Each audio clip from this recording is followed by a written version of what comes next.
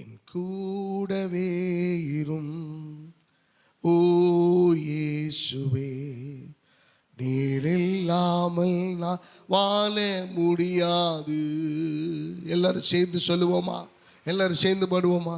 என் கூடவே இரும் ஓ இயேசுவே, நீர் இல்லாமல் நான் வாழ முடியாது.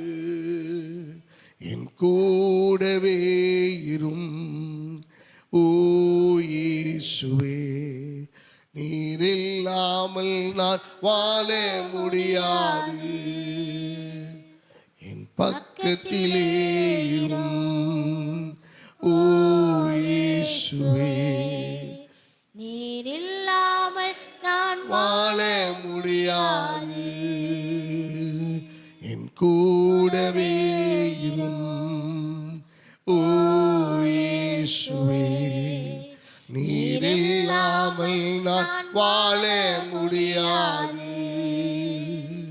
என் பக்கத்திலே இரும் ஓ இயேசுவே, நீர் இல்லாமல் நான் வாழ முடியாது. அவர் இல்லாமல் நாம் வாழ முடியாது. அவர் மட்டும்தான். நல்ல பிதாவே, எங்களோடு பேசும் உம்முடைய வார்த்தையை தியானிக்க எங்களுடைய இருதயங்களை திறந்திரணும். மனுஷிகம் இல்லாதபடி, தேவையில்லாத சிந்தைகள் இல்லாதபடி தெய்வீக சிந்தனை எங்களுக்குள் உண்டாகி இந்த வார்த்தை எங்களுக்கோடு இடைபட வேண்டும் என்று நாங்கள் ஜெபிக்கிறோம். ஒவ்வொருவருடைய வாழ்க்கையிலும் என் ஆண்டவர் பேசுவீராக. ஏற்ற கேள்விகளுக்கு ஏற்ற பதிலை தருவீராக. உம்முடைய பலிபீடத்தில் ஒப்பு கொடுக்கிறோம் இயேசுவின் நாமத்தில் பிதாவே, ஆமென். ஹல்லேலூயா, ஹல்லேலூயா. ஆண்டவர் இரட்சகருமாகிய இயேசுவின் நாமத்திலே உங்கள் யாவருக்கும் அன்பின் வாழ்த்துக்கள். தேவன் இந்த காலை வேளையிலே நம்மோடு பேசுவாராக. வாசிப்போம். யோபுவின் புஸ்தகம் 14வது அதிகாரம் 7 முதல் 10 வரைக்கும் உள்ள வசனங்களை வாசிக்க கேட்போம். எல்லாரும் திருப்பிக் கொள்ளுங்கள். யோபுவின் புஸ்தகம் 14வது அதிகாரம் 7 முதல் 10 வரை 3 வசனங்கள். ஒரு மரத்தை குறித்தாவது நம்பிக்கை உண்டு. அது வெட்டி போடப்பட்டாலும் திரும்ப தழைக்கும். அதன் இளங்கிளைகள் துளிர்க்கும். அதன் வேர் தரையிலே பழையதாகி அதன் அடிக்கட்டை மண்ணிலே செத்தாலும் தண்ணீரின் வாசனையினால் அது துளிர்த்து இளமரம் போல கிளைவிடும். மனுஷனோவென்றால் செத்த பின் ஒளிந்து போகிறான். மனுபுத்திரன் ஜீவித்து போன பின் அவன் எங்கே? அன்பான கர்த்தருடைய பிள்ளைகளே, ஒரு மரத்தை குறித்தாவது நம்பிக்கை உண்டு. அது வெட்டி போடப்பட்டாலும் திரும்ப தழைக்கும். அதன் இளங்கிளைகள் துளிர்க்கும். அதன் வேர் தரையிலே பழையதாகி அதன் அடிக்கட்டை மண்ணிலே செத்தாலும் தண்ணீரின் வாசனையால் அது துளிர்த்து இளமரம் போல கிளைவிடும். மனுஷனோ வென்றால் செத்த பின் ஒளிந்து போகிறான். மனுபுத்திரன் ஜீவித்து போன பின் அவன் எங்கே? யோபு தன்னுடைய வாக்கியத்தை உரைத்து அவர் சொல்லுகிற காரியம். யோபு பயங்கரமான நெருக்கடி சூழலில் இருக்கிறார். ஒரு பக்கம் எல்லாம் இழந்து விட்டார், இன்னொரு பக்கம் வியாதி, இன்னொரு பக்கம் அவருடைய மதிப்பு மரியாதை சமுதாயத்தில் இருந்த நிலை எல்லாம் மாறி போய்விட்டது. எல்லாம் தலையிலாக போடப்பட்டு விட்டது. ஏழைக்காரர்கள் வேலைக்காரிகள் எல்லாம் போய்விட்டார்கள். மிருக ஜீவன்கள் போய்விட்டது. பிள்ளைகள் மரித்து போய்விட்டார்கள். இனி இழப்பதற்கு ஒன்றுமே இல்லை. அப்படிப்பட்ட நிலையிலே யோபு தன்னுடைய வாக்கியத்தை அவர் சொல்லி அவர் கூறுகிற ஒரு மிக முக்கியமான ஒரு காரியம் இந்த இடத்துல சொல்லுகிறார். ஒரு மரத்தை குறித்தாவது ஒரு நம்பிக்கை உண்டு. ஒரு மரத்தை வெட்டி நம்ம தூக்கி அந்த கிளையை தூக்கி போட்டுட்டோம்னா கூட அது வெட்டி போடப்பட்டாலும் திரும்ப என்ன செய்யுமா? துளிர்க்கும், அது தழைக்கும், அதன் இளம் கிளைகள் துளிர்க்கும். ஒரு மரத்தை வெட்டி அது அப்படியே போய் பழையதாகி தரையிலே போட்டு விட்டு அதன் வேரெல்லாம் காஞ்சு போய் அதனுடைய அடிக்கட்டை மண்ணிலே செத்து போனாலும் தண்ணீர் மழை பெய்யும் போது, தண்ணீர் வாசனை வீசும் போது அது மறுபடியும் என்ன செய்யுமா? அது துளிர்விடும். அதுக்கு ஒரு நம்பிக்கை இருக்கு. எனக்கு அன்பான தேவனுடைய பிள்ளைகளை, பல 100 ஆண்டுகள் பூமியிலே புதைந்து கிடந்தது. ஆனால் திடீரென்று முளைக்கிறது. எங்கிருந்து இது வந்தது? இது யார் நட்டது? அது வந்த இடம் எப்படி? அது ஏற்கனவே செத்து மடிந்து கிடந்தது. ஆனால் இப்பொழுது தண்ணீரின் வாசனையால் அது துளித்தது. ஆனால் மனுஷனுடைய வாழ்க்கை அப்படி அல்ல. வேதம் சொல்லுகிறது, இந்த இடத்துல அவர் சொல்லுகிறார், மனுஷனோ வென்றால் செத்த பின் ஒளிந்து போகிறான். மனுபுத்திரன் ஜீவித்து போன பின் அவன் எங்கே? என்ன சொல்ல வர்றாரு யோபு? எப்ப ஒரு மரத்துக்கு கூட ஒரு நம்பிக்கை இருக்கு, ஆனா மனுஷனுக்கு அவன் வாழ்க்கை குறித்து எந்த நம்பிக்கையும் உத்தரவாதமும் இல்லை. அதனாலதான் இந்த இடத்துல வேதம் சொல்லுகிறது, மனுஷன் புல்லை போல காற்று அதன் மேல் வீசின உடனே அது இருந்த இடமும் இனி அதை அறியாமல் பறந்து போயிடுச்சு. எனக்கு அருமையான தேவ பிள்ளைகளை, அப்ப இந்த இடத்துல ஆண்டவர் நமக்கு சொல்லிக் கொடுக்கக்கூடிய ஒரு மிக முக்கியமான ஒரு பாடம் உண்டு. யோபுவின் மூலமாக சொல்லுகிறார், எப்ப மரத்துக்கு கூட அது துளிர்க்கும் என்கிற ஒரு நம்பிக்கை இருக்கு, ஆனா மனுஷனுடைய நம்பிக்கை இல்லை. செத்துட்டான செத்ததுதான், அவ்வளவுதானே. அவன் ஒளிந்து போன பின்பு அவன் நம்பிக்கை எங்கே? அவன் நம்பிக்கை யாரிடத்தில் இருக்கிறது? அருமையான கர்த்தருடைய பிள்ளைகளை, இந்த வார்த்தைக்கான பதில் ஒரு தலைப்போடு நான் உங்களுக்கு சொல்லிக் கொடுக்க வாஞ்சிக்கிறேன். யாருக்கு நம்பிக்கை உண்டு? அதுதான் தலைப்பு. Who would have a hope? யாருக்கு நம்பிக்கை உண்டு? இப்ப மரத்துக்கு கூட ஒரு நம்பிக்கை உண்டு, ஒரு நம்பிக்கையோட இருக்குது, அது வாழுது. உடைச்சு போட்டா கூட அது மறுபடியும் முளைக்குது. மண்ணுக்குள்ள புதையுண்டு போய் அது செத்து மடிந்தாலும் நல்ல மழை பெய்யும் போது அந்த மழையினுடைய சாரத்தை உறிஞ்சி அது உயிர் பெற்று மறுபடியும் துளிர்க்கிறது. ஆனா மனுஷன் மேல, செத்து போனவங்க மேல மழை பெஞ்சா முளைச்சிருவானா? உயிர் வந்துருமா? நெருப்புல கொண்டு போய் எரிச்சோம்னா உயிர் வந்துருமா? மண்ணில் புதைச்சி அடக்கம் பண்ணி மண்ணில் அப்படியே நிரப்பி போட்டா அவன் உயிர் வந்துருமா? அப்ப யாருக்கு நம்பிக்கை உண்டு? என கருமையான தேவ பிள்ளைகளை, அப்ப நல்ல கவனிங்க.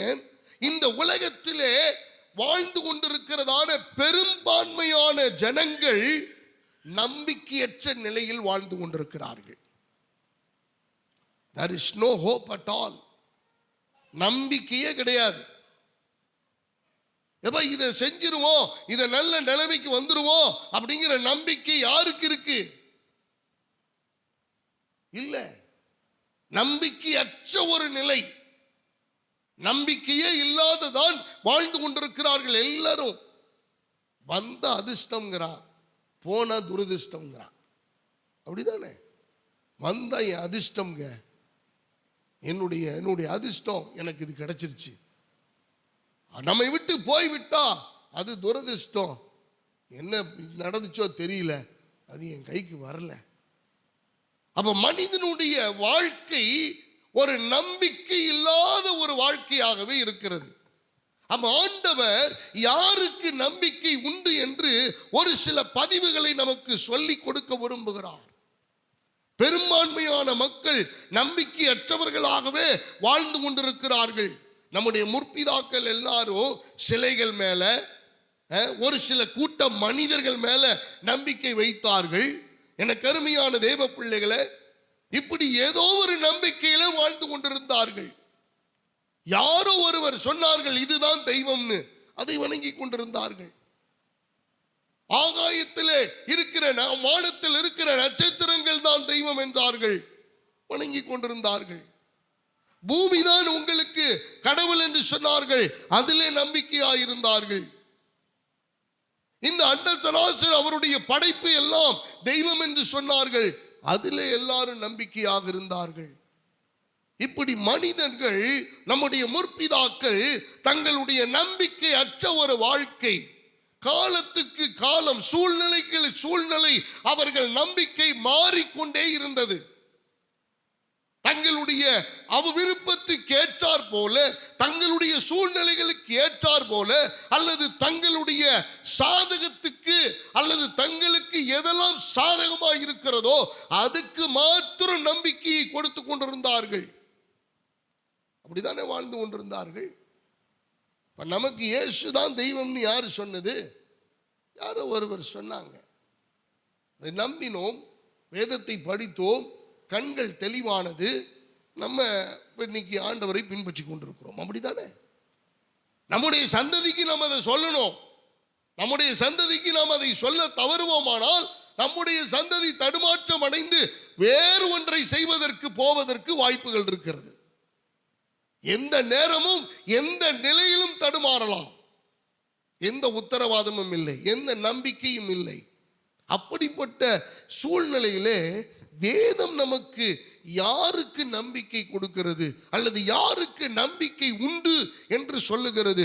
மரத்துக்கு கூட நம்பிக்கை இருக்கு. ஆண்டவர் சொல்றாரு, மரங்களை விட, பறவைகளை விட, வானத்தின் நட்சத்திரங்களை விட, பூமியை விட, இந்த உலகத்திலே நான் படைத்த எல்லாவற்றை விட மனிதன் பிரதானமானவன், மனிதன் விசேஷமானவன்.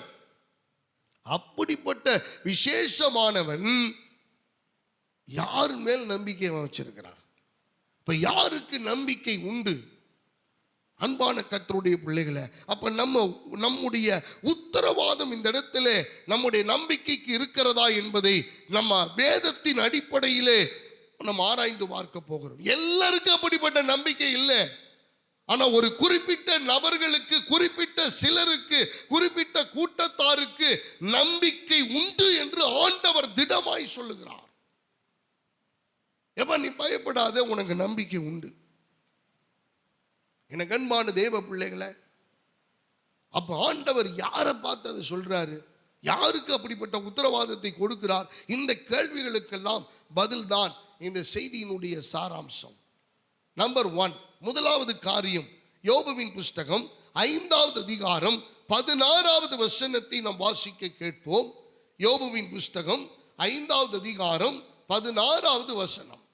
அவர்கள் பகற்காலத்திலே அந்தகாரத்துக்குள்ளாகி மத்தியான வேளையிலே இரவில் தடவுகிறது போல தடவி திரிந்தார்கள். 5வது அதிகாரம் 16வது வசனம்.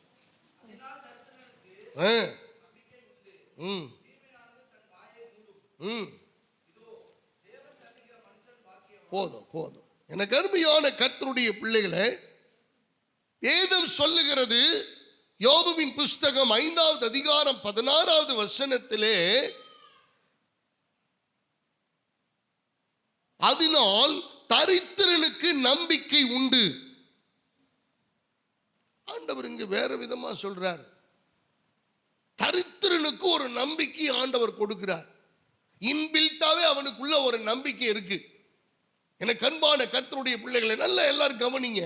வேதம் சொல்லுகிறது, இதனுடைய முந்தின வசனத்தை நீங்கள் கவனிப்பீர்களே ஆனால் 15வது வசனத்தை, ஆனாலும் எளியவனை அவர்கள் வாயில் இருக்கிற பட்டயத்துக்கும் பலவானின் கைக்கும் விலக்கி ரட்சிக்கிறார், அதனால் தரித்திரனுக்கு நம்பிக்கை உண்டு. அருமையான தேவ பிள்ளைகளை, அப்ப யாருக்கு நம்பிக்கை உண்டு என்று ஒரு கேள்வி வரும்போது யோபு சொல்றாரு, மரத்துக்கு கூட நம்பிக்கை இருக்கு ஐயா, செத்து போன மரத்துக்கு கூட ஒரு நாள் துளிர்க்கும்ன்ற நம்பிக்கை இருக்கு. அடிக்கட்டை எல்லாம் வெந்து போய் ஒண்ணுமில்லாம பூமியில புதையுண்டு போய் செத்து போய் இனிமேல் அது மறுபடியும் துளிர்க்கிறதுக்கு சாத்தியமே இல்லை அப்படிங்கிற அந்த மரக்கட்டைக்கு கூட ஒரு நம்பிக்கை இருக்கு, ஒரு நாள் அது துளிர்க்கும். ஆனா மனுஷனுக்கு நம்பிக்கை இருக்கா அப்படின்னு நம்ம கேள்வி கேட்கும் போது வேதம் நமக்கு சொல்லி காண்பிக்கிற மிக முக்கியமான காரியம், தரித்திரனுக்கு நம்பிக்கை உண்டு. அருமையான தேவ பிள்ளைகளை, அப்ப முதலாவது அடையாளம் காண்பிக்கிற இந்த காரியம், யார் தரித்திரன்? எனக்கு அருமையான தேவ பிள்ளைகளை, நம்முடைய பார்வையிலே நம்முடைய மனநிலையிலே தரித்திரன் என்றால் நம்ம ஒரு கணக்கு வச்சிருக்கிறோம், அப்படிதானே? நாம் எல்லாரும் நம்ம ஒரு கால்குலேஷன் நம்ம வச்சிருக்கிறோம், ஒரு கால்குலேஷன் நம்மள்கிட்ட இருக்கு. இவர்கள் எல்லாரும் தரித்திரர்கள் அப்படின்னு ஒரு 2-3 காரியம் நம்ம சொல்லுவோமே. தரித்திரர்கள் யார்? பணம் இல்லாதவர்கள். Very good. பணம் இல்லாதவர்கள் தரித்திரர்கள். வேற அவ்வளவுதானா? வீடு வாசல் எதுவுமே இல்லாதவங்க நாடோடி தரித்திரர்கள். அப்புறம் ஹலோ, உங்க எல்லாத்துக்கும் தெரியும், ஆனா பதில் சொல்ல கொஞ்சம்.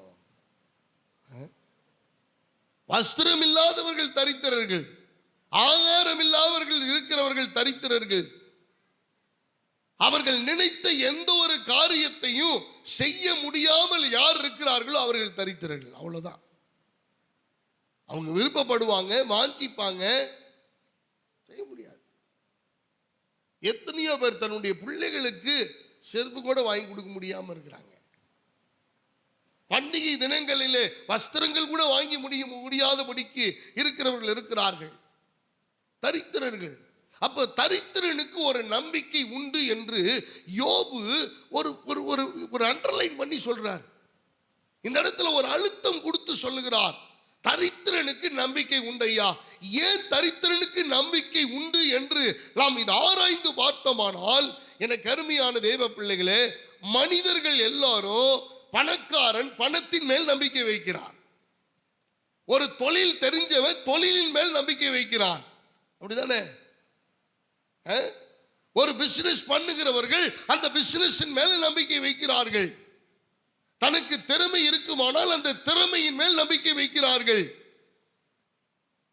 ஒரு பெரிய தொழிலதிபர் அந்த தொழிலில் இருக்கிற ஐஸ்வர்யத்தின் மேல் அவன் நம்பிக்கை வைக்கிறான். ஒரு மனிதன் நல்ல ஆரோக்கியமா இருப்பானால் அவன் அந்த ஆரோக்கியத்தின் மேல் நம்பிக்கை வைக்கிறான். ஆனா தரித்திரனுக்கு நம்பிக்கை வைக்க வேற எதுவுமே இல்லை அவன்கிட்ட. நல்ல கவனிங்க, தரித்திரனுக்கு நம்பிக்கை, ஆமாங்க நாளைக்கு நான் பிரியாணி செஞ்சு சாப்பிட போறேங்க அப்படின்ற நம்பிக்கை அவனுக்கு கிடையாது. உண்மையா இல்லையா? நாம பிளான் பண்றோம், நம்ம வீட்டில் நாம் திட்டமிடுகிறோம், நாளைக்கு இதை செய்யலாம், நாளைக்கு பிள்ளைகள் வீட்டில் இருக்கிறாங்க, இதை நாம் செய்வோம், இந்த காரியம் பிள்ளைகளுக்கு பிடிக்கும் அப்படின்னு நாம் ஒரு திட்டம் வகிக்கிறோம். இங்கு போகலாம் என்று திட்டம் வகிக்கிறோம், இதை செய்யலாம் என்று திட்டம் வகுக்கிறோம். ஆனால் தரித்திரனுக்கு அப்படி அல்ல. அவனுடைய திட்டங்கள் எதையுமே செயல்படுத்த முடியாது. ஏன்னா அவனுடைய திட்டங்கள் எல்லாமே கடவுளை சார்ந்திருக்கிறது. அருமையான கர்த்தருடைய பிள்ளைகளை, தரித்திரன் வாஞ்சிப்பான், எளியவன் வாஞ்சிப்பான், வலியவன் வாஞ்சிப்பான், விருப்பம் கொள்ளுவான், ஆசை இருக்கும், ஆனால் அதை செய்து கொள்ள எந்த வசதியும் அவனிடத்தில் இருக்காது. அப்ப யாரைத்தான் சார்ந்திருப்பான்? இவன் கடவுளை மட்டுமே சார்ந்திருக்க கூடியவன். எனக்கு அருமையானவர்களே, இன்றைக்கு ஒதுங்குவதற்கு கடவுள் இதை கொடுத்தார் அப்படின்னு எப்பயுமே அவன் நினைப்பான். ஏன்னா அவனுக்கு நிரந்தரமான வீடு கிடையாது, நிரந்தர வாசல் இல்லை, நிரந்தர வாகனம் இல்லை, நிரந்தரமான எந்த ஒரு பொருளும் அவனிடத்தில் இல்லை. என கண்மான கர்த்தருடைய பிள்ளைகளே, அப்ப யோபு ஆக்கியோன் அவர் சொல்ல விரும்புகிற மிக முக்கியமான கருத்து, யாருக்கு நம்பிக்கை உண்டு? தரித்திரனுக்கு நம்பிக்கை உண்டு. என கண்பான கர்த்தருடைய பிள்ளைகளே, 1 சாமுவேலின் புஸ்தகம் 2வது அதிகாரம் 8 - 9 வசனங்கள், இந்த 2 வசனங்களை நீங்கள் பார்ப்பீர்களானால், அவர் சிறியவனை புழுதியிலிருந்து எடுத்து எளியவனை குப்பையிலிருந்து உயர்த்துகிறார் என்று வேதம் சொல்லுகிறது. அல்லேலூயா. அப்ப நல்ல கவனிங்க, ஒரு பணக்காரனை நான் உயர்த்துவேன், ஒரு ஐஸ்வர்யமானவனை நான் உயர்த்துவேன், ஒரு ஆரோக்கியமானவனை நான் உயர்த்துவேன், ஒரு நல்லவனை நான் மேல கொண்டு போவேன் அப்படின்லாம் இந்த இடத்துல பேசப்படல. மாறாக தரித்திரனை, எளியவனை, இந்த இடத்துல வலியவனை, அந்த இடத்துல புழுதியிலிருந்து, சிறிய நிலைமையிலிருந்து, குப்பையிலிருந்து அவனை கர்த்தர் உயர்த்த வேண்டும் என்று விரும்புகிறார். அல்லேலூயா.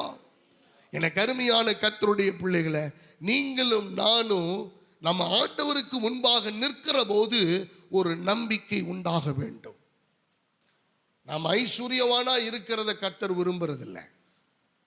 நாம ஒரு நல்ல ஆரோக்கியமான நிலைமையில கர்த்தருக்கு முன்பாக நிற்கணும்னு ஆண்டவர் அப்படியெல்லாம் ஆண்டவர் கச்சை கட்டிட்டு நிக்கிறது இல்லை.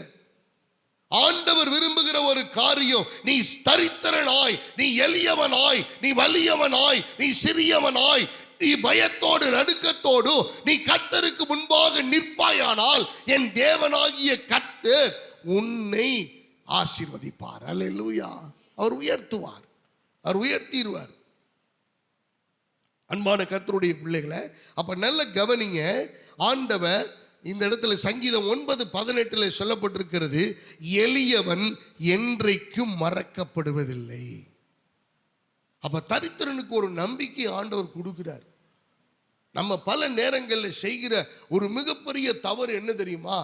நம்ம எது கிடைக்குதோ, எது பெருசா இருக்குதோ, அல்லது யார் நமக்கு உதவி செய்கிறார்களோ அவர்கள் மேல முழு நம்பிக்கை நம்ம வச்சிருவோம். அன்பான கர்த்தருடைய பிள்ளைகளை, நம்ம யார் நமக்கு பெரிதா செய்யறாங்களோ அவங்க மேல நம்பிக்கை வச்சிருவோம். இது நம்முடைய இயல்பான மனிதனுடைய குணம். ஆனா கர்த்தர் சொல்லுகிறார், யாருக்கு நம்பிக்கை உண்டு, யார் மேல நம்ம நம்பிக்கை வைக்க வேண்டியது அவசியம் என்று சொல்லி அவர் சொல்லும் போது வசனத்தின்படி நமக்கு காட்டுகிறார். எப்ப எளியவன் மறக்கப்படுவதில்லை, எளியவனையும் சிறியவனையும் அவர் குப்பையில் இருந்து அவர் தூக்கிவிட்டு உயர்த்த, ராஜாக்களுக்கு முன்பாக அவர்களை அமர பண்ண, அவர்களுக்கு சரிசமமாய் நிறுத்த ஆண்டவர் விருப்பம் உள்ள தேவனாய் இருக்கிறார். உங்களுடைய நம்பிக்கை தேவன் பக்கம் மட்டுமே சார்ந்திருக்கும் பட்சத்தில், எனக்கு அருமையான தேவ பிள்ளைகளை, உங்களுக்கு எனக்கு ஒரு நம்பிக்கை உண்டு. அவர் உயர்த்துவார், அவர் நடத்துவார், அவர் செயல்படுத்துவார், அவர் காப்பாற்றுவார், அவர் ஆசீர்வதிப்பார், அவர் நன்மையானவைகளை செய்வார். வேதம் அப்படித்தான் நமக்கு சொல்லுகிறது. எனக்கு அருமையான தேவ பிள்ளைகளை, அப்ப ஒவ்வொரு நீங்க யார் மேல நம்பிக்கை வைக்கிறீர்கள், யாருக்கு இந்த நம்பிக்கை உண்டு? நீங்கள் கர்த்தரை மட்டுமே நம்பிக்கையாக கொண்டிருப்பீர்களே ஆனால் என் தேவன் உங்களுக்கு சொல்லுகிறார், எப்பா உனக்கு ஒரு நம்பிக்கையை நான் கொடுக்கிறேன், உனக்கு ஒரு உத்தரவாதத்தை கொடுக்கிறேன், உனக்கு ஒரு அஷூரன்ஸ் நான் கொடுக்கிறேன், உனக்கு நம்பிக்கை உண்டு, இந்த சூழ்நிலையை மாற்றுவேன், இந்த நிலைக்கு நான் உன்னை கொண்டு வருவேன், இந்த உயர்வை உனக்கு தருவேன், இந்த ஆசீர்வாதத்தை நீ அடை என்று கர்த்தர் நமக்கு சொல்லுகிறார். அருமையான கர்த்தருடைய பிள்ளைகளை, நல்ல கவனிங்க. லூக்கா 16வது அதிகாரத்தில் 19 முதல் 25 வரைக்கும் ஒரு சம்பவம் கொடுக்கப்பட்டிருக்கிறது. நம்ம எல்லாருக்கும் தெரிந்த சம்பவம். லூக்கா 16வது அதிகாரம் 19 - 25 வரைக்கும் வாசிக்க வேணாம். நல்ல கவனிங்க. ஒரே இடம், ஒரு தரித்திரன் ஒருவன் இருக்கிறான், அதே இடத்தில் ஐஸ்வர்யவான் ஒருவன் இருக்கிறான். தரித்திரனுடைய பேர் இங்க குறிப்பிடப்பட்டிருக்கிறது லாசரு. ஐஸ்வர்யவான் அங்கே இருக்கிறான். இந்த ஐஸ்வர்யவானும் லாசரு என்கிற தரித்திரனும் ஒரே இடத்திலே, ஒரே இடங்களிலே, ஒரே ஊர்ல வசிக்கிறாங்க. ஐஸ்வர்யவானுடைய சாப்பாடு எப்படி இருக்கும், பணக்காரனுடைய சாப்பாடு எப்படி இருக்கும்? Luxurious food. நிறைய வேஸ்ட் பண்ணுவாங்க, நிறைய செஞ்சு அவங்களுக்கு என்னெல்லாம் இஷ்டம் இல்லையோ அதெல்லாம் செய்வாங்க. என்ன இஷ்டம் இருக்குதோ அதெல்லாம் சாப்பிடுவாங்க. இஷ்டம் இல்லை, இன்னைக்கு சாப்பிட்ற மூடு இல்லைன்னா அது சாப்பிட மாட்டாங்க. அதெல்லாம் குப்பைக்கு தான் போகும், அதெல்லாம் அங்கே வைத்திருக்கிற நாய்களுக்கு போகும். அருமையானவர்களே, இந்த லாசர் அப்படி அல்ல. ஒருவேளை உணவுக்கு இவன் நாயை போல அலைய வேண்டும். ஒருவேளை உணவுக்கு இவன் ஆங்காங்கு சென்று பிச்சை கேட்க வேண்டும். ஒருவேளை உணவுக்காக வேர்வை சிந்த வேண்டும். ஒருவேளை உணவுக்காக பல மணி நேரங்கள் காத்து நிற்க வேண்டும். நீங்கள் பார்த்திருக்கலாம், மண்டபங்களிலே பின்னாடி பகுதிக்கு போனீங்கன்னா அந்த இலையெல்லாம் கொண்டு போய் போடுற இடத்துல போட்டு பார்த்தீங்கன்னா அந்த இடத்துல அநேக சிறு பிள்ளைகள், பெரியவர்கள், வியாதியஸ்தர்கள் நின்று கொண்டிருப்பார்கள். என்ன தெரியுங்களா? அந்த இலையில வந்த மீதியை எடுத்து அவர்கள் தங்களுடைய பசியை ஆற்றிக் கொள்ளுகிறார்கள். இன்னமும் இருக்கு, இன்னமும் நடக்கு. நாம் எல்லாரும் மண்டபத்தின் முகப்பிலே போகிறோம். முன்னாடி போய் நல்ல மொய் வச்சு போட்டோ எடுத்துட்டு நல்ல இடங்கள்ல போய் உட்காந்து நல்ல திருப்தியா சாப்பிட்டுட்டு அந்த மணமகளை வாழ்த்திட்டு வந்துடுறோம். என்னைக்காவது பின்னாடி போய் பார்த்துருக்கணுமா மண்டபம் பின்னாடி என்ன நடக்குன்னு? அந்த மண்டபத்துக்கு பின்னாடி ஒரு குரூப் காத்துக்கிட்டு இருக்கு. எப்படியாகிலும் நமக்கு இன்னைக்கு இந்த உணவு கிடைக்காதா? அருமையான கர்த்தருடைய பிள்ளைகளே, அப்ப ஏங்கி கொண்டிருக்கிற ஒரு ஒரு ஒரு கூட்டத்துக்கு கர்த்தர் சொல்லுகிறார், எப்ப உனக்கு ஒரு நம்பிக்கையை நான் கொடுக்கிறேன், உனக்கு ஒரு நம்பிக்கையை நான் தர்றேன். அந்த நம்பிக்கை சாதாரணமான நம்பிக்கை அல்ல. இப்ப இந்த லாசருவும் இந்த ஐஸ்வர்யவானும் இருக்கிறார்கள். இந்த லாசரு இப்படி ஒருவேளை உணவுக்காக பரிதாபமாய் நிற்கிறான். இந்த ஐஸ்வர்யவான் பாருங்க, அந்த உணவை கூட அவனுக்கு கொடுக்கறது இல்லை. மேஜையிலிருந்து கீழே விழும் இல்ல, தவறி விழும் இல்ல, இறஞ்சி போகும் இல்ல, அதையாவது நான் எடுத்து நான் சாப்பிட்டுக்கிறேன். நீ போ, அங்கெல்லாம் நிக்க கூடாது, போ, வரட்டி விட்டான். இப்ப ரெண்டு பேருக்கும் ஒரே சமயத்துல மரணம் வருகிறது. அங்கதான் ஹைலைட், அங்கதான் ஆண்டவர் டெஸ்ட் வைக்கிறார். ரெண்டு பேருக்கு ஒரே கட்டத்திலே மரணம் வருகிறது. தரித்திரனும் மரிக்கிறான், ஐஸ்வர்யவானும் மரிக்கிறான். ரெண்டு பேரும் மரிக்கிறாங்க. மரித்த பிறகு என்ன கருமையான தேவ பிள்ளைகளை, வேதம் குறிப்பிடுகிற காரியம், யோபு சொல்றாரு, மரித்த பிறகு எல்லாம் ஒளிஞ்சு போயிரும், ஒண்ணுமே இல்லாம போயிரு. ஆனா மரித்த இடத்திலிருந்து கர்த்தர் வேறு ஒரு துவக்கத்தை அங்கு சொல்லுகிறார். அவர் சொல்லுகிறார், மரித்து போனதான லாசரு அவன் ஆபிரகாமினுடைய மடியிலே அவன் தேற்றப்பட்டு கொண்டிருக்கிறான். பரதீசில மரிச்சிட்டாங்க. ரெண்டு பேரும் ஒரே சமயத்துல மரிச்சிட்டாங்க. ஒரு ஏழை பணத்தை, ஒரு ஏழை பிரேதத்தை எப்படி அடக்கம் பண்ணுவாங்க? தார தப்பட்டை எல்லாம் வச்சு ஊர் உலகத்தெல்லாம் கூப்பிட்டு அத்தனை பேருக்கு சோறு போட்டு அத்தனை பேருக்கும் எல்லாம் பண்ணி அந்த திருவிழா மாதிரி நடத்தி தேர் கட்டி அப்படியா கொண்டு போய் புதைப்பாங்க? சும்மா கவர்மெண்ட் செலவில் ஒரு துணி அப்படியே ஒரு சுற்றி ஒரு 4 பஞ்சு வச்சு அடைச்சி கொண்டு போய் அடக்கம் பண்ணிடுவார்கள். அவ்வளோதான். ஒரு அநாத பணத்தை அப்படித்தான், ஒரு பிரேதத்தை அப்படித்தான். ஆனா ஐஸ்வர்யவான் பிரமுகர்கள், இந்த புலியூர் பட்டணத்தில் நாங்கள் வந்த புதுசில் ஒரு அம்மா ஒரு ஒரு அம்மா இறந்து போச்சு. அப்பா குவைத்தில் இருந்து அவர் வர்றாரு. அவரெல்லாம் அங்கே எண்ணெய் கிணறுல நிறைய வச்சிருக்காரு. அவர் நிறைய வேலை பார்க்குற ஒரு பிஸ்னஸ் மேன். தன்னுடைய அம்மா இறந்து போயிட்டாங்க. வேட்டு வச்சாங்க பாருங்க, இருக்கிற ஒருத்தன் கூட தூங்க முடியல. புலியூரே அப்படியே எந்திரிச்சு உக்காருது. புலியூரே எந்திரிச்சு உக்காருது. டம்மு டம்மு டம்முன்னு ஒவ்வொரு அடியும். உண்மையா சொல்றேன், ஹார்ட் பேஷண்ட் எல்லாம் நிக்க முடியாது. ஹார்ட் பேஷண்ட்லாம் நிக்க முடியாது. இருதய துடிப்பெல்லாம் அப்படியே நின்று போயிடும். அப்படி டம்மு டம்மு டம்முன்னு கோடிக்கணக்கான ரூபாய்க்கு வாங்கி வெடிச்சிருப்பாங்க போல் இருக்கு.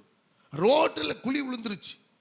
ரோட்டில் போகிற இடமெல்லாம் வெட்டி டம்மு டம்முன்னு இங்கே அடித்து ஓட்டு தூக்கி வெளுத்து ரேடியோ கட்டி எங்கேருந்து எங்கே வரைக்கும், இங்கேருந்து வீரராக்கிய வரைக்கும் ரேடியா, இங்கேருந்து உப்புடமங்கலம் வரைக்கும் ரேடியா, இங்கேருந்து முடக்குசாலை வடக்குப்பாளையம் வரைக்கும் ரேடியா கட்டி கிளின்னு கிழிச்சு.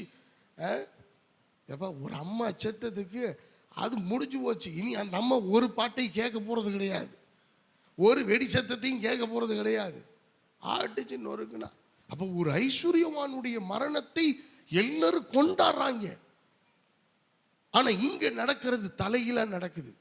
ஒரு தரித்திரனுடைய மரணத்தின் முடிவு பரலோகத்துக்கு அவனை கொண்டு போயிருச்சு. ஆனா ஐஸ்வர்யவானுடைய அந்த மரணம் நேரா எங்க கொண்டு போயிருச்சு? பாதாளத்துக்கு கொண்டு போயிருச்சு. அங்கே நாவு வறண்டு போய்விட்டது, அங்கே கண்ணி இல்ல, அங்கே வறட்சி நிலவுகிறது, அங்கே தாங்க முடியாத வேதனை, அங்கே பயங்கர துக்கம், அங்கே எரிகிற நெருப்பு, அங்கே அக்கினி தழலை அவனால் சகிக்க முடியவில்லை, அங்கு இருக்கவே அவனால முடியல. இந்த 24 hours ஏசியில் இருந்தவர்களால வெளியில வர முடியும்னு நினைக்கிறீங்களா? ஐயோ ஐயோ ஐயோ, என்ன ஐயோ? உனக்கு சீக்கிரம் ஐயோ தான். ஒரு ஃபேன் காத்து, இயற்கை காத்து, ரைட், வேர்க்கணும், வேர்வை வரணும், வெளியில கெட்ட நீர்கள் போகணும். அதுக்கெல்லாம் முடியாம அதெல்லாம் செய்யக்கூடாதுன்றதுக்காகத்தான் ஏசி. எதுக்கு வேர்வை வெளியில வரணும்? அதை அடக்குவோம், அடக்கிறதுக்காக 16 18 வச்சுக்கிட்டு, ஆமா ஊட்டி குளிர்ல, ஆமா அப்படியே உள்ளுக்குள்ள இங்க வெயில் பிச்சு எடுக்குது, உள்ளுக்குள்ள உட்காந்து அப்படியே ஊட்டி குளிர்ல போல சிலு சிலு சிலு சிலுன்னு, ஆமா பாட்டு கேட்டுட்டு ஜாலியாக என்ஜாய் பண்ணிட்டு இருக்கிறாங்க. ஆனா வெளியில வந்துச்சுன்னு வச்சுக்கோங்க, மூக்குல இருந்து நாக்கு வரைக்கும் வறண்டு போயிடும், தண்ணி எல்லாம் கொட்டிடும், அவர்களால தாங்க முடியாது, டீஹைட்ரேட் ஆயிடுவோம். அன்பான கர்த்தருடைய பிள்ளைகளை, அப்ப பாருங்க, இந்த தரித்திரனுக்கு பரலோகம் கிடைச்சிருச்சு, பரதீசு கிடைச்சிருச்சு. ஆனா இந்த ஐஸ்வர்யவானுக்கு நரகம் கிடைச்சிருச்சு. அப்ப இவன் கேட்கிறான், என்ன நியாயம், என்ன நியாயம்? நான் நல்லா வாழ்ந்தேன், என்னை கொண்டு வந்து இங்க போட்டு வறுத்துக்கிட்டு இருக்கிறீங்க, அவனை கொண்டு போய் அங்க போட்டுட்டீங்க. அப்பதான் சொல்றாரு, அப்பா நீ உலகத்தில் இருக்கும்போது நீ சௌரியமா அனுபவிச்ச, நீ எதையுமே வேணான்னு சொல்லல, எல்லாத்தையும் நீ அனுபவிச்ச, உனக்கு எதையுமே நீ விலக்கி வைக்கல. ஆனா இந்த ஐஸ்வர்யவான் அவன் நல்லாவே வாழல, அவன் நல்லதை எதையுமே அனுபவிக்கல. சாப்பாடு, நல்ல சாப்பாடு இல்லை, நல்ல வஸ்திரம் இல்லை, நல்ல வீடு வாசல் இல்லை. அருமையான தேவ பிள்ளைகளை, அவன் அதனாலதான் ஆபிரகாமினுடைய மடியிலே தேற்றப்படுகிறான். இப்ப இந்த ஐஸ்வர்யவான் கேட்கிறான், எப்பா எனக்கு நாக்கெல்லாம் வறண்டு போச்சு, கொஞ்சம் தண்ணி கொண்டு வந்து லாசருவை அப்படியே நாக்கில் வைக்க சொல்லுங்க. ஒரே வார்த்தை சிம்பிளா சொல்லிட்டாரு, இங்கிருந்து அங்க போக முடியாது, அங்க இருந்து இங்க வர முடியாது, நோ வே. இடையில பாலமெல்லாம் கட்ட முடியாது. அங்க போனவன் அங்க போனவன் தான், இங்க வந்தவன் இங்க வந்தவன் தான். இதுக்கு கனெக்ஷன் கிடையாது. பூமிக்கும் பரதீசுக்கும் கனெக்ஷன் உண்டு, பூமிக்கும் பாதாளத்துக்கு கனெக்ஷன் உண்டு. ஆனா பாதாளத்துக்கும் பரதீசுக்கும் கனெக்ஷன் கிடையாது. ஆண்டவர் தெளிவா சொல்லிட்டாரு, நீ அங்க போக முடியாது, அவன் இங்க வர முடியாது, அவங்க பார்த்துக்க வேண்டியதான். நீ பூமியில எல்லாத்தையும் நல்லா அனுபவிச்ச, இப்ப கிடக்குற, அவன் ஒண்ணுமே இல்லாம இருந்தா. இப்ப இது என்ன சொல்ல வர்றார் ஆண்டவர் இந்த விஷயத்துல? அருமையான தேவ பிள்ளைகளே, பூமியின் மேல் நீங்கள் எதையெல்லாம் நம்பிக்கையாக கொண்டிருக்கிறீர்களோ அந்த நம்பிக்கை நிச்சயமாக பாதாளத்துக்கு கொண்டு போகும். இந்த பூமியின் மேல் எதன் மேலெல்லாம் நம்பிக்கை வைக்காம படைத்த கர்த்தர் மேல மட்டும் நீங்கள் நம்பிக்கையாக இருப்பீர்களே ஆனால், அந்த மண்டபத்தின் பின்னாலே லாசருவை போன்ற ஆட்கள் இன்னைக்கு என்ன நமக்கு கிடைக்கும்னு ஒவ்வொரு இலையும் எதிர்நோக்கி காத்திருப்பது போல, என் தேவனை நோக்கி நீங்கள் ஒவ்வொரு காரியத்துக்கும் நீங்கள் தரித்திரனை போல, எளியவனை போல, சிறியவனை போல, நீங்கள் வலியவனை போல அவரை மட்டுமே நோக்கி பார்க்கும் பட்சத்தில் என் தேவனாகிய கர்த்தர் உங்களையும் என்னையும் பார்த்தவர் சொல்லுகிறார், உனக்கு ஒரு நம்பிக்கை இன்றைக்கு உண்டு. அந்த நம்பிக்கை என்ன தெரியுங்களா? என்னை பரலோகத்துக்கு கொண்டு போகிற நம்பிக்கை, பரதீசுக்கு கொண்டு போகிற நம்பிக்கை, என் தேவனோடு ஐக்கியப்படுகிற ஒரு நம்பிக்கை, என் தேவனோடு உறவாடுகிற ஒரு நம்பிக்கை. பரதீசிலே ஆபிரகாமின் மடியிலே பல பரிசுத்தவான்கள் இருக்கிற ஸ்தலத்திலே என்னோடு இணைக்கப்படுகிற ஒரு நம்பிக்கை இந்த காலை வேளையிலே கர்த்தர் எனக்கு தருகிறார். அல்லேலூயா. எதுக்காக சர்ச்சுக்கு வர்றோம்? எதுக்காக தேவனை தேடுகிறோம்? எதுக்காக ரட்சிக்கப்பட்டோம்? எதுக்காக நாம் ஆராதிக்கிறோம்? எதுக்காக தேவனுக்கு கொடுக்கிறோம்? எதுக்காக இந்த செயல்பாடுகள்? ஒரே ஒரு நோக்கம்தான், நாம பரலோகத்துக்கு இந்த பூமியில் உண்டான எல்லாவற்றையும் விட்டுவிட்டு அவரோடு சேர வேண்டும். அல்லேலூயா. அருமையான கர்த்தருடைய பிள்ளைகளை, அப்ப ஆண்டவர் சொல்லுகிற இந்த காரியம் இதுதான், தரித்திரனுக்கு. அருமையானவர்களே, உண்மையா சொல்றேன், உலக பிரகாரமான ஐஸ்வர்யவான்கள் எல்லாம் தரித்திரரை போல வாழ்ந்து கொண்டிருக்கிறார்கள். அப்படித்தானே? நீங்க போய் படிச்சு பாருங்க. ரொம்ப காஸ்ட்லியான சட்டெல்லாம் அவங்க உடுத்துறது இல்லை, காஸ்ட்லியான வீடு வாசல்லாம் அவங்க வாழ்றது இல்லை. நமக்கு 3 பெட்ரூமாவது வேணும். இப்போ பிள்ளைகளுக்கெல்லாம் ஒவ்வொரு பெட்ரூம் கொடுக்கறதுக்கு பிரயாசப்பட்டு இருக்கிறோம். அப்படிதானே? நல்லது தான், வசதிகள் நமக்கு ஆண்டவர் கொடுக்கும்போது வசதிகள். ஆனால் நல்ல கவனிங்க, இதெல்லாம் மேன்மைப்படுத்தக்கூடாது, இதெல்லாம் பெருசுப்படுத்தக்கூடாது. எத்தனை ரூம் இருந்தாலும்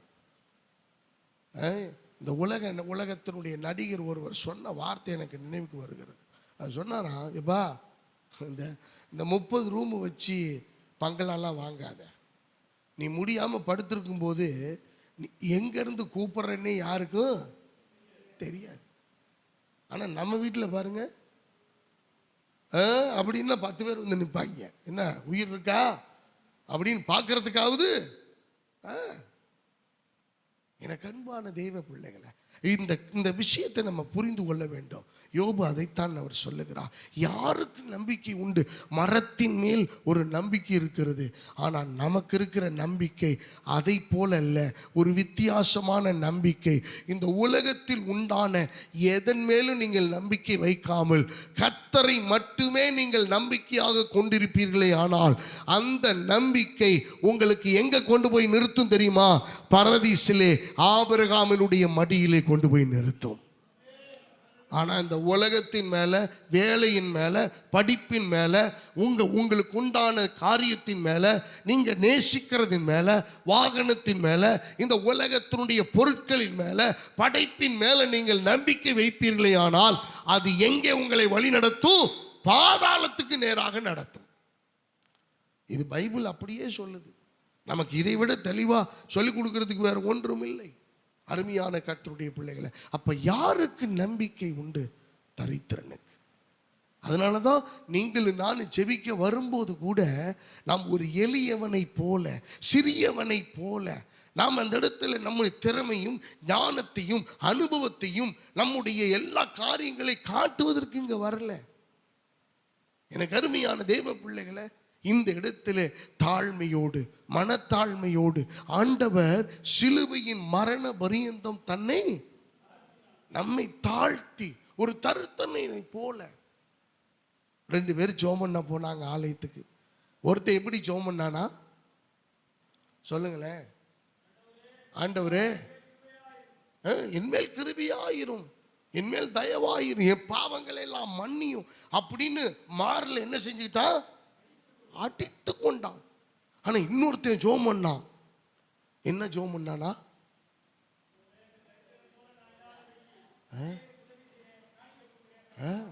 பாருங்க, பட்டியலே வருது. ஒரு புது பைபிள் எழுதலாம் போல் இருக்கு ஆனந்த விடுதலை வச்சு. அருமையானவர்களே, ஆண்டவரே இவனை போல நான் இல்லாம இருக்கிறதுக்காய் சோத்திரம். எனக்கு அருமையான தெய்வ பிள்ளைகள், இந்த 2 பேருடைய ஜெபத்துல எந்த ஜெபத்தை கர்த்தர் ஏற்றுக்கொண்டார்னு சொல்லுது? அருமையான தெய்வ பிள்ளைகளை, நீங்களும் நானும் ஒரு தரித்தனனை போல, நம்மள்ட்ட எது கொடுத்தாலும் சரி, எது இருந்தாலும் சரி, அதெல்லாம் ஒரு பொருட்டா? எனக்கு இந்த இந்த இந்த பூமி நம்முடைய குடியிருப்பு அல்ல. எத்தனை கோடி கர்த்தர் சொத்துக்களை கொடுத்தாலும் அதெல்லாம் அனுபவிங்க. அதெல்லாம் உங்களுக்கு ஆண்டவர் கொடுத்துருக்கார், உங்கள் பிள்ளைகளுக்கு கொடுத்துருக்காரு. அதில் எந்த விதமான மாற்று கருத்தும் இல்லை. ஆனால் அதை மேன்மைப்படுத்தாதீங்க, அதை பெருமையாக நினைக்காதீங்க, அதை உயர்வான்னு நினைக்காதீங்க. எனக்கு அன்பான தெய்வ பிள்ளைகளை, அதனால தான் பைபிள் வேதம் சொல்லுது, முந்தினோர் அநேகர் பிந்தினோராயும், பிந்தினோர் அநேகர் முந்தினோராயும் ஆவார்கள் இருக்கு. எனக்கு அருமையான தேவ பிள்ளைகளை, ஆகவே நாம் ரொம்ப ஜாக்கிரதையாய் நாம் கையாள வேண்டியது அவசியம். இன்னொரு விஷயத்தை நான் சொல்லி நிறைவு செய்கிறேன். நீதிமொழிகள் 14:28 14:26 மன்னிக்கவும், நீதிமொழிகள் 14:26 வாசிங்கம்மா.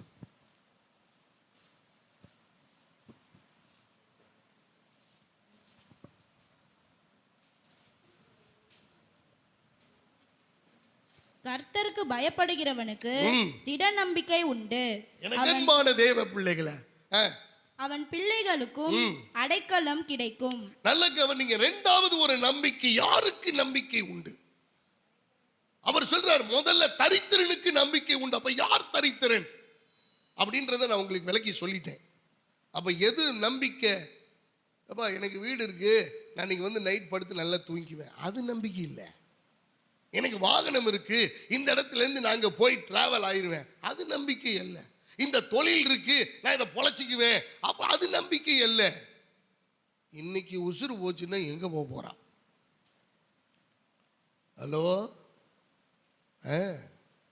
அது இருக்குல்ல. இன்னைக்கு யாரு எப்ப ஒண்ணுமே சொல்ற கேரண்டி எல்லாம் கிடையாது. எல்லாத்துக்கும் பர்த்டே தெரியும். யாருக்காவது டெத் டே தெரியுமா? ஆமா, கேன்சர் வியாதியில் பாதிக்கப்பட்டவர்களுக்கு கூட டெத் டே குறிக்கிறாங்க. டெத் டே இன்னைக்குள்ள மறிச்சிருவார், இன்னைக்குள்ள. அப்படித்தான்.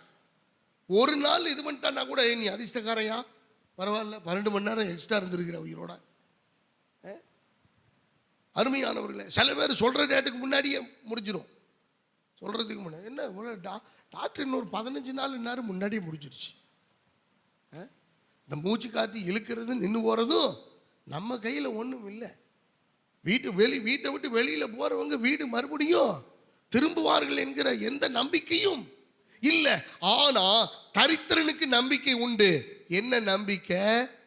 நான் எந்த காரியத்திலையும் கர்த்தரை மாத்திரம் சார்ந்திருப்பேனே ஆனால், when I depend upon God alone, நான் தேவனை மட்டும் சார்ந்திருக்கும் போது I have a hope in my life. எனக்கு ஒரு நம்பிக்கையை கர்த்தர் கொடுக்கிறாரு. I'll go to the paradise. எனக்கு அருமையான தேவ பரதீசுக்கு நான் போவேன்ற நம்பிக்கை. ரெண்டாவது அவர் சொல்றாரு, கர்த்தருக்கு பயப்படுகிறவனுக்கு திட நம்பிக்கை உண்டு. எனக்கு அருமையான தேவ பிள்ளைகளை, இப்ப இவ்வுலகில யாரெல்லாம் கர்த்தருக்கு பயப்படுகிறார்களோ அவர்களுடைய வாழ்க்கையில அவர்களுக்கு நம்பிக்கை உண்டு என்று சொல்லுகிறார்கள். ஏன்னா கர்த்தருக்கு பயப்படாத நிறைய பேர் இருக்கிறாங்க. கர்த்தருக்கு பயப்படுகிற பயம் இல்லை, கர்த்தருக்கு பயப்படுகிற பயம் காணப்படுகிறது இல்லை. துணிகரமாய் செயல்படுகிற ஆட்கள் உண்டு, துணிகரமாய் செயல்படுகிற காரியங்கள் உண்டு. எனக்கு அருமையான தேவ பிள்ளைகளை, அப்ப கர்த்தருக்கு பயப்படுகிற மனுஷனுக்கு ஒரு திடீர் நம்பிக்கை. பேதுரு, எப்ப நீ மறுதலிக்க போற அப்படின்னு ஆண்டவர் முன்னுக்கூட்டியே சொல்லிட்டார். பேதுருவுக்கும் தெரியும். ஆனா அவன் சொல்றான், இல்ல ஆண்டவரே, நோ நோ நோ நோ, நீங்க சொன்ன மாதிரி இல்ல, நான் அப்படி எல்லாம் என்ன செய்ய மாட்டேன், நடந்துக்க மாட்டேன். ரொம்ப ஓவர் கான்பிடென்ட்டாவே சொல்றான். I will never do that. நான் அப்படிலாம் ஒரு நாள் செய்ய மாட்டேன் ஆண்டவரே, உம்மோடு கூட நிற்பேன், உங்களோட நிற்பேன், உங்களுக்கு பக்கத்துல தான் இருப்பேன், உங்களுக்காகத்தான் நிற்பேன், உங்களுக்காக ஜீவனை விட்டவும் நான் என்ன செய்றேன். ஒரே ஒருத்தி வந்து கேட்டா ஒரே கேள்விதான், நீயும் அவரோடு கூட இருந்தவன் அல்லவா? இவன் என்ன பண்ணிட்டான், சபிக்கவும் சத்தியம் பண்ணவும் தொடங்கினான். எங்க சார் போனீங்க? இந்த பேதுருன்னு சீசர் ஒருத்தர் இருந்தாரே, இந்த முந்தா நாள் சொன்னாரே, ஐயோ நாங்க அப்படி செஞ்சிட மாட்டேன், ஒரு நாளும் செய்ய மாட்டேன் அப்படின்னு மாறு தட்டினாரே, இந்த சார் எங்க போனாரு? ஆனா அந்த மறுதலிச்சு சேவல் கூவின உடனே ஏசு அப்படி திரும்பி பார்க்கிறார். அங்க அடி வாங்கிட்டு இருக்கார் ஆண்டவர், காயப்பட்டு இருக்கிறார், ரத்தம் வடிந்து கொண்டிருக்கிறது, அப்படியே பார்க்கிறார். அந்த ஒரு பார்வை பேதுருவுடைய உள்ளத்தை உடைத்தது. ஆண்டவரே, நம்மை மறுதலிச்சிட்டேனே, மறுதலிச்சிட்டேனே ஆண்டவரே, நீர் எனக்கு சொன்னீங்க, ஒரு எச்சரிப்பு கொடுத்தீங்க, ஆனால் நான் அதை கேட்காம போயிட்டேனே, அதில் கவனம் செலுத்தாமல் போயிட்டேனே, இப்படி துணிகரமாக நான் செஞ்சிட்டேனே. அந்த மனம் கசந்து அழுது அந்த ஒரு கண்ணீர் பேதுருக்கு ஒரு நம்பிக்கையை கொடுத்தது. அருமையானவர்களே, அவருடைய முதல் பிரசங்கத்தில் அந்த மறுதலித்த அதே வார்த்தை, அதே அந்த வாயினாலே பிரசங்கம் பண்ணின அந்த பிரசங்கத்தில் 3000 பேர் ரட்சிக்கப்பட்டார்கள். அதன் பிறகு 5000 பேர் ரட்சிக்கப்பட்டார்கள். எனக்கு அருமையானவர்களே, ஒரே சபையில் 8000 பேர் ஆராதிக்கிற சபையின் போதகராக கர்த்தர் நிறுத்தினார். கர்த்தருக்கு பயப்படுகிறவனுக்கு ஒரு திட நம்பிக்கை உண்டு. அருமையான கர்த்தருடைய பிள்ளைகளை, ஆபிரகாமுக்கு ஆண்டவர் சொன்னார், எப்பா நான் காண்பிக்கும் தேசத்துக்கு நீ புறப்பட்டு வா, உன் ஊரை விட்டு, உன் ஜனத்தை விட்டு, உன் ஜாதியை விட்டு, உலகத்தை விட்டு, எல்லாத்தையும் விட்டு நான் காண்பிக்கிற இடத்துக்கு போயா, அங்க உன் சந்ததியை பெருக பண்ணுவேன், உன் ஜனத்தை ஆசீர்வதிப்பேன் அப்படின்னு ஆண்டவர் சொல்லிட்டார். அந்த வார்த்தையை நம்பி புறப்பட்டு வருகிறார். ஒண்ணுமே நடக்கல. ஆபிரகாமுக்கு 100 வயசு, சாராளுக்கு 90 வயசு. சாராளுடைய கர்ப்பம் செத்து போச்சு. ஆபிரகாம் அப்படியே உணர்வற்ற நிலைமையில் இருக்கிறார். தங்களுடைய சரீரம் செத்து போனதை அவர்கள் அறியாதிருந்தார்கள். அப்படிப்பட்ட நிலைமை. ஆனால் ஆண்டவர் செஞ்ச காரியத்தை பாருங்க. எப்பா உன் நம்பிக்கை என் மேலே இருந்துச்சுன்னா, ஒருவேளை நீ செத்து போயிடுச்சுன்னு நினைக்கிற, ஆனால் அதன் மேலே நான் ஒரு நம்பிக்கையை கொடுக்குறேன், அதன் மேலே ஒரு நம்பிக்கையை நான் வைக்கிறேன். அந்த நம்பிக்கை உயிர் பெறும். அந்த நம்பிக்கை செத்து போனதல்ல. அந்த நம்பிக்கை மறுபடியும் திரும்ப முளைக்கும், திரும்ப துளிர்க்கும், திரும்ப அது உயிர் பெறும் என்று கர்த்தர் சொல்லுகிறார். அல்லேலூயா. எனக்கு அருமையான தேவ பிள்ளைகளை, ஆண்டவர் ஆபிரகாமுக்கு 100 வயதான போது ஈசாக்கை கொடுத்தார். ஈசாக்கை கொடுத்துட்டு ஆண்டவர் சும்மா இல்லை. ஆண்டவர் ஒரு சோதனை காலத்தை அனுமதிக்கிறார்.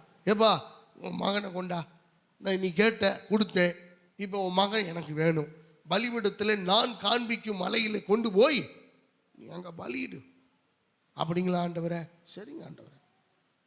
விறகுகளை எடுத்துக்கொள்ளுகிறார், கழுதைகளை சேணம் கட்டுகிறார், தன்னுடைய மகனை நடத்துகிறார், வேலைக்காரர் 2 பேரை கூப்பிடுறாரு, போறாங்க. ஆண்டவர் காண்பித்த மலையில் ஏறுகிறார்கள். விறகுகளை எல்லாம் அடுக்கியாச்சு. அவன் போகும்போதே கேட்கிறான், அந்த ஆபிரகாமினுடைய குமாரன் ஈசாக்கு, எப்பா எல்லாம் எடுத்துட்டு போறோம், நெருப்பு நம்மள்கிட்ட இருக்கு, விறகு நம்மள்கிட்ட இருக்கு, தீபம் எல்லாம் இருக்கு நம்மள்கிட்ட, பலி எங்க? பலி செலுத்தணும்ல. அப்ப சொல்றாரு, எப்பா அது கர்த்தர் பார்த்து கொள்ளுவார். ஒரு நம்பிக்கை. அருமையானவர்களே, செத்து போச்சுன்னு நினைச்சாங்க, ஒரு நம்பிக்கையை கர்த்தர் கொடுத்தார். அப்ப கர்த்தருக்கு பயப்படுகிற மனிதர்களுக்கு ஒரு நம்பிக்கையை கர்த்தரே கொடுக்கிறார். யாருக்கு நம்பிக்கை உண்டு? கர்த்தருக்கு பயப்படுகிறவர்களுக்கு ஒரு திட நம்பிக்கை உண்டு. எனக்கு அருமையான தேவ பிள்ளை, இந்த உலகமே இது சாத்தியம் இல்லைன்னு சொல்லலாம், ஆனா கர்த்தர் சொல்லுவாரு, அவங்க எல்லாம் சொல்ற வார்த்தையை நீ கேட்காத, நான் உனக்கு சொல்றேன், உனக்கு ஒரு நம்பிக்கை உண்டு, உன்னை தலைக்க பண்ணுவேன், உனக்கு அற்புதம் செய்வேன். ஈசாக்க நான் தந்தன்ல, நீ நம்பிக்கையோட போ. ஈசாக்க பலி செலுத்த அங்க கத்திய ஓங்கினப்ப ஆண்டவர் வானத்திலிருந்து கூப்பிட்டாரு, ஆபிரகாமி ஆபிரகாமி, பிள்ளையாண்டான் மேல் கையை போடாதே, உன்னுடைய பிள்ளை என்று உன் ஏக சுதன் என்று பாராமல் நீ அவனை எனக்காக ஒப்பு கொடுத்தபடியால் நீ எனக்கு எப்படிப்பட்டவன் என்று அறிவா. இந்த வசனத்தை வாசிங்க, 22:12, ஆதியாகமம் 22:12. அப்பொழுது அவர், பிள்ளையாண்டான் மேல் உன் கையை போடாதே, அவனுக்கு ஒன்றும் செய்யாதே, நீ அவனை உன் புத்திரன் என்றும் உன் ஏகசுதன் என்றும் பாராமல் எனக்காக ஒப்பு கொடுத்தபடியினால் நீ தேவனுக்கு பயப்படுகிறவன் என்று இப்பொழுது அறிந்திருக்கிறேன் என்றார். நல்ல கவனிங்க. நீங்கள் நான் தேவனுக்கு பயப்படுகிற பயம் நமக்குள்ள இருக்குமே ஆனால், அருமையானவர்களே, உங்களுக்கு ஒரு நம்பிக்கை கண்டிப்பா உண்டு. இந்த உலகமே சொல்லலாம் இதெல்லாம் சாத்தியம் இல்லை, இது நடக்காது, இதுக்கு வாய்ப்பு இல்லைன்னு. ஆனால் கர்த்தர் சொல்லுகிறார், அவருடைய பர்வதத்திலே பார்த்து கொள்ளப்படும். ஆபிரகாம் அந்த இடத்துல பேர் வைக்கிறார், யெகோவா ஈரே, கர்த்தருடைய பர்வதத்திலே பார்த்து கொள்ளப்படும். அருமையான தெய்வ பிள்ளைகளை, இப்ப இந்த ரெண்டு காரியங்களையும் நீங்க இணைச்சு ஒருமனப்படுத்தி பாருங்கள். தரித்திரனுக்கு ஒரு நம்பிக்கையை கர்த்தர் கொடுக்கிறார். நான் எப்படி இருக்கிறேன், நான் என்னை ஐஸ்வர்யமானா கர்த்தருக்கு முன்னாடி காட்டுறேன்னா, நான் ஒரு பெரிய ஆளா என்னை காட்டிக்கிறேன்னா, நான் ஒரு திறமையானவனா நான் கர்த்தருக்கு முன்னாடி காட்டிக்கிறேன்னா, இல்லை எளிமையா ஏழ்மையா தரித்திரனா என்னை தாழ்த்தி என்னை ஒப்பு கொடுத்து ஒன்றும் இல்லாதவனை போல ஒரு மண்டபத்துக்கு பின்னாடி ஒரு எச்சலையில விழுகிற ஒரு துண்டை அவர்கள் எடுத்து சாப்பிடுவதற்கு காத்திருக்கிறது போல நீங்களும் நானும் ஒரு லாசர்வை போல காத்திருக்கிறோமா? கொஞ்சம் பரிசோதனை பண்ணி பார்ப்போம். கர்த்தருக்கு பயப்படுகிற பயத்து நமக்கு உண்டா இருக்குமே, ஆனால் ஒரு திட நம்பிக்கை உண்டு. ஆபிரகாமுக்கு அது இருந்தது. ஆபிரகாம் நம்பிக்கையோடு இருந்தார், ஆண்டவர் நடத்துவார். இதுல ஏகப்பட்ட கோளாறு, அவருடைய குடும்பத்தில் எவ்வளவு பிரச்சனைகள், இடையில ஆகார் வந்து பெரிய பிரச்சனையெல்லாம் வந்து போச்சு, எல்லா சூழ்நிலையும் மாறினது. ஆனா இப்ப கர்த்தர் ஒரு புது நம்பிக்கையை கொடுக்கிறார். எனக்கு அன்பானவர்களே, ஆண்டவர் சொல்றார், ஈசாக்கை நான் உனக்கு கொடுத்துட்டேன், நீ பலியிட போகும்போது தான் சொல்றாரு, எப்பா நீ கர்த்தருக்கு பயப்படுகிறவன் என்பதை இப்பொழுது நான் அறிந்திருக்கிறேன். அன்பான கர்த்தருடைய பிள்ளைகளை, இந்த ரெண்டு காரியங்களை மனதில் வையுங்கள். யாருக்கு நம்பிக்கை உண்டு? ஐஸ்வர்யவானுக்கு நம்பிக்கை கிடையாது. எல்லாம் இருந்தா இதை செஞ்சிடலான்ற நம்பிக்கை கிடையாது. எல்லாம் இருந்து ஒண்ணுமே செய்ய முடியாதவர்கள், கையாளாகாதவர்கள் இருக்கிறார்கள். மருத்துவமனைக்கு போய் பாருங்கள், இல்லாத சொத்துக்கள் இல்லை, இல்லாத வசதிகள் இல்லை. ஆனா இவர்களை பார்த்து கொள்வதற்கு பக்கத்துல ஒருத்தரும் இல்லை. பார்த்து கொள்வதற்கு மருத்துவர் கேட்கிறா, உங்களோட யாராவது வந்திருக்காங்களா? யாரும் இல்லை சார், அட்மிட் பண்ணிட்டு போயிட்டாங்க. எத்தனை அநாதை இல்லங்களிலே, எத்தனை முதியோர் இல்லங்களிலே தனிமையாய் கிடக்கிற ஆட்கள், யோசித்து பாருங்கள். அருமையான தெய்வ பிள்ளைகளை, நீங்களும் நானும் எப்படிப்பட்ட மனநிலைமையில் இருக்கிறோம்? நமக்கு ஒரு நம்பிக்கையை கர்த்தர் கொடுத்திருக்கிறார். நான் இந்த பஸ்ஸில் ஏறுறேன், எனக்கு கர்த்தர் என்னோடு இருக்கிறார், நான் பத்திரமாய் என்னை கொண்டு போய் சேர்ப்பார். ஒரு நம்பிக்கை. என் வேலையில் இந்த வருமானத்தை கர்த்தர் கொடுத்துருக்கிறார், நான் அதில் உண்மையாக இருக்கிறேன், என்னை கர்த்தர் இந்த மாதம் முழுவதும் எங்களுக்கு கடன் இல்லாதபடிக்கு என்னை நடத்துவார். ஒரு நம்பிக்கை. எனக்கு ஒரு வேலையை என் குமாரனுக்கு என் குமாரத்திக்கு கர்த்தர் தருவார், அந்த வேலை வருமானம் எங்களை ஆசீர்வதிக்கும், கர்த்தர் கொடுக்கிற நம்பிக்கை. எனக்கு அருமையானவர்களே, என்னுடைய சிரமங்கள், என்னுடைய வியாதி பலவீனங்கள் எல்லாம் கர்த்தர் மாற்றுவார், கர்த்தர் கொடுக்கிற நம்பிக்கை. யாருக்கு நம்பிக்கை உண்டு? இந்த ரெண்டு விஷயங்களை பதிவு செய்து கொள்ளுங்கள். நம்ம எல்லாரும் கண்களை மூடி ஆண்டோடைய பர்வதத்தில் ஒரு விஷயம் நம்மை தாழ்த்தி ஒப்பு கொடுப்போமா? நம்ம எல்லாரும் எழுந்து நிற்போமா? ஹல்லேலூயா. தேவாவியானவரே உமக்கு ஸ்தோத்திரம்.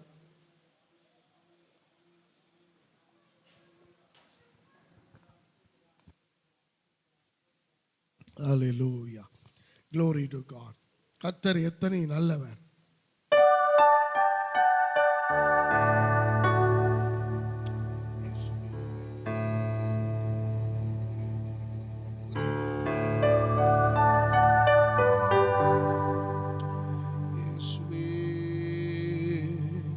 நீ நல்லவர். எல்லாரும் வாய்களை திறந்து ஸ்தோத்திரம் பண்ணி ஆவியானவருக்கு நம்மை ஒப்பு கொடுத்து